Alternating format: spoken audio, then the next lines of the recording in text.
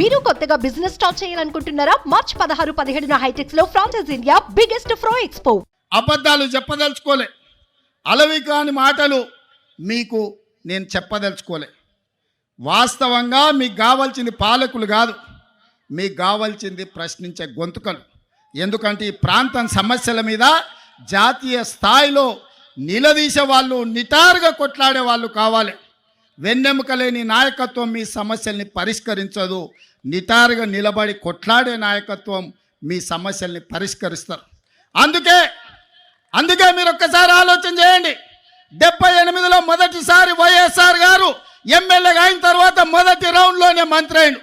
ఎన్నిసార్లు అధికారం వచ్చినా వైఎస్ఆర్ గారికి అవకాశం రాకపోయినా ఈ 3 రంగుల జెండాను, ఈ కండువాను కప్పుకొని గాంధీ కుటుంబానికి అండగా నిలబడ్డాడు. ఎవరి దయాదాక్షిణ్యాలతో ఆయన అధికారంలోకి రాలే. ఆయన నడిచిండు. ఆయన రక్తాన్ని చెమటగా మార్చి ప్రాణహిత చేవెళ్ళ నుంచి ఇచ్చాపురం వరకు తన రక్తాన్ని దారబోసి కాంగ్రెస్ను అధికారంలోకి తెచ్చి ఆ తర్వాతనే ముఖ్యమంత్రి కుర్చీ ఎక్కిండు. మరి ఇయాల మిత్రులారా, షర్మిలమ్మ ఇక్కడ ఏదో ఉందని అట్లా పోయి కుర్చీలో కూసుంటాను రాలే. అన్ని ఆలోచన చేసింది, నాతో మాట్లాడింది.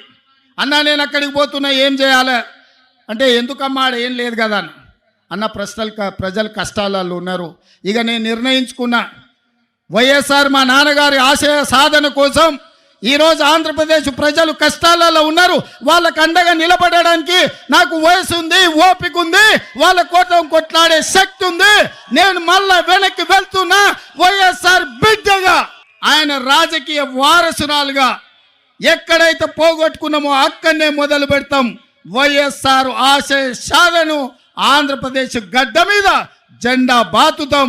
నేను కొట్లాడతా, నేను కాంగ్రెస్ పార్టీని నిలబెడతా, ఆంధ్రప్రదేశ్ హక్కులను సాధిస్తా అని వారు చెప్పినారు.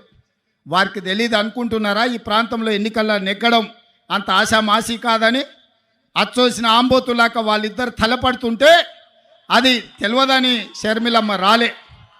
షర్మిలమ్మ ఆలోచన చేసింది, కఠోరమైన నిర్ణయం తీసుకున్నది. ఆంధ్రప్రదేశ్ ప్రజల పక్షాన నిలబడాలి, పోలవరం పూర్తి చేయాలి, అమరావతిలోనూ మీ క్యాపిటల్ సిటీని కట్టాలి, అదేవిధంగా విశాఖ ఉక్కును ఎవడో వచ్చి అప్పనంగా అమ్ముకుంటుంటే చూస్తూ ఊరుకుంటామా అని చెప్పి ఇవాళ ఇక్కడికి వచ్చింది.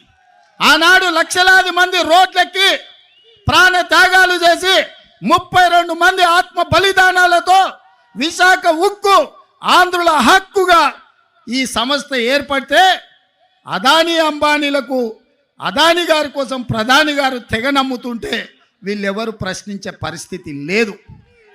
అందుకే ఈరోజు కష్టాలైనా సరే, కష్టాలైనా కన్నీళ్ళైనా మంచైనా చెడైనా మీ మధ్యలో ఉండాలి, మీకు అండగా నిలబడాలి అన్న ఆలోచనతోని ఇవాళ షర్మిలమ్మ మీకోసం కొట్లాడుతుంది. రాజకీయ ప్రయోజనం ఆశించో, అప్పనంగా అధికారం వస్తుందనో ఇవాళ షర్మిలమ్మ కొట్లాడతలేదు. కష్టమైనా సరే ఇప్పుడు ప్రశ్నించే గొంతుగా ఉండాలి, ప్రజల పక్షాన నిలబడాలి అని ఆంధ్రప్రదేశ్ ప్రజల కోసం అండగా నిలబడడానికి షర్మిలమ్మ వచ్చింది. సుమన్ టీవీలో మీ పర్సనల్ అండ్ బిజినెస్ ప్రమోషన్స్ కోసం కింది నెంబర్కి కాంటాక్ట్ చేయండి.